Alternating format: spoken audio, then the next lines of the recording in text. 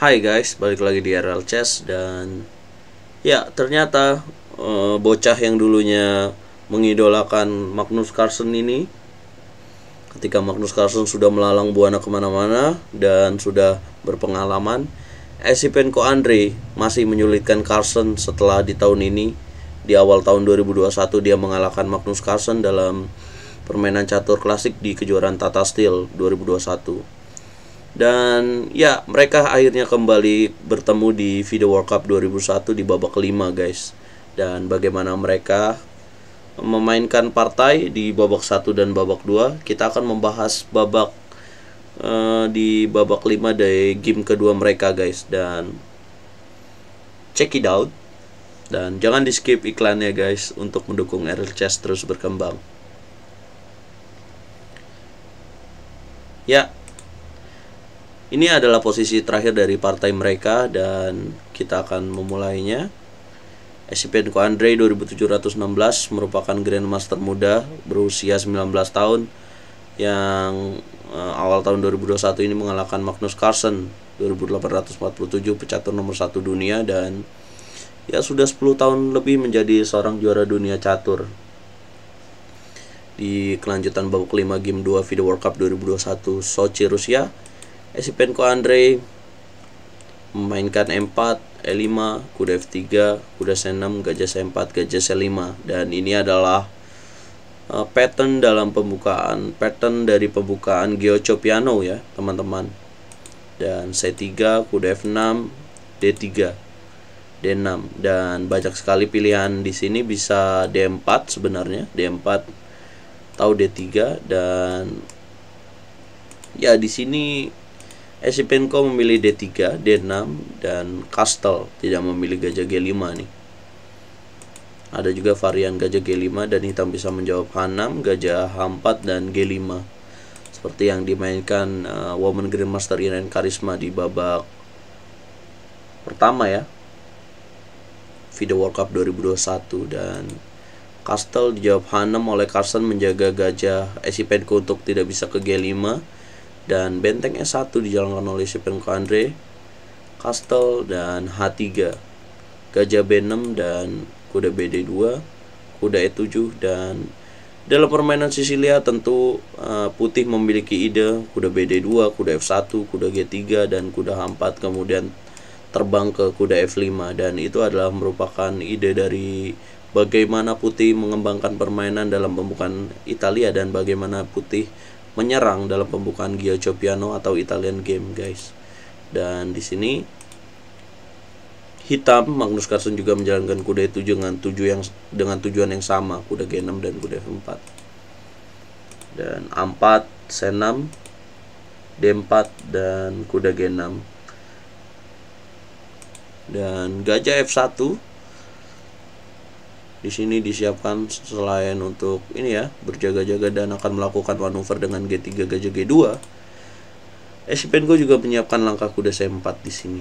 Dan benteng E8, makan kuda kali 5, kuda kali 5, dan menteri C2 dulu supaya menghindari ketika Esipenko menjalankan kuda C4, pion D4 akan jatuh tentunya dengan pertukaran menteri kali D1 guys.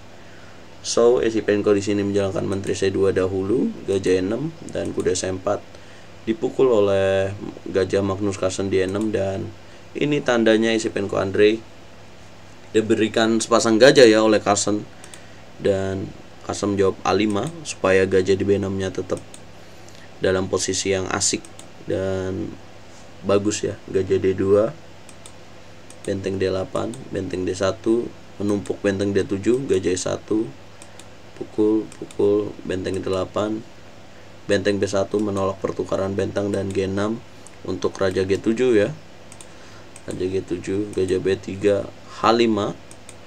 Dan walaupun Esipenko memegang sepasang gajah, tapi Esipenko memiliki kesulitan bagaimana mengaktifkan gajah hitamnya ini, memanfaatkan sepasang gajahnya ini dan memakan benteng D1, benteng D1. Pion Carlsen semakin mengganggu pertahanan Esipenko dengan H4 tentu saja. Dan apabila putih F3 akan dijawab kuda H5 dan terbang kudanya ke F4 guys. Menteri D3, menteri E6, B3, menteri E7. Carlsen coba memainkan tempo ya untuk pelan-pelan apakah Esipenko akan terprovokatif atau terpancing untuk melakukan kesalahan.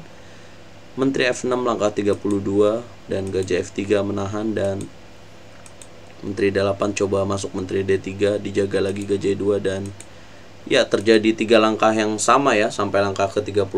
Mereka sepakat untuk kembali remis, dan karena sepertinya Carlsen juga ini ya mengetahui bahwa Esipenko tidak bisa dianggap remeh setelah mengalahkannya di Tata Steel tahun ini. Dia juga bermain cukup aktif, cukup bagus di game pertama babak kelima menghadapinya dengan buah hitam, dan ya sepertinya Carlsen akan memaksimalkan atau menyingkirkan, punya ide untuk menyingkirkan Esipenko Andre di babak tiebreak atau babak catur 25 menit plus 10 menit increment hitam putih yang akan dimainkan besok. Dan menurut kalian nih, kalian prediksi siapa yang akan melaju ke babak berikutnya guys? Apakah Esipenko, anak muda ini 19 tahun, akan memberikan kejutan kembali menghadapi pecatur nomor 1 dunia ini dari Norwegia?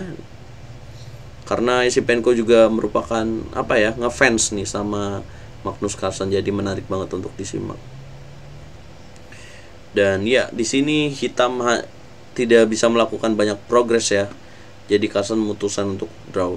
Dan apabila kalian punya analisa, mungkin di sini bisa kuda E6, kuda F4, menteri F6, dan tapi tentu saja gajah putih bisa aktif di sini guys. Jadi ya Carlsen akhirnya memutuskan untuk draw dalam permainan seperti ini, dan menarik untuk disimak besok babak menentukan bagi Carlsen di babak kelima FIDE World Cup 2021 guys. Dan apakah nomor 1 dunia ini akan tetap stay di World Cup 2021 ataukah akan pulang ke Norwegia dan akan kembali fokus untuk menghadapi Jan Nepomniachtchi di bulan November ini untuk menjadi nomor 1 dunia.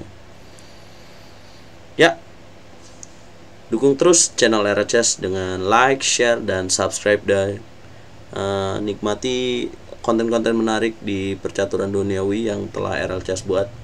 Kalian bisa melihat di sana, dan nantikan setiap harinya streaming nobar FIDE World Cup 2021 di jam 7 malam bersama RLCS hanya di channel ini. Dan silakan kalian nyalakan loncengnya karena subscribe itu gratis guys. Thank you guys.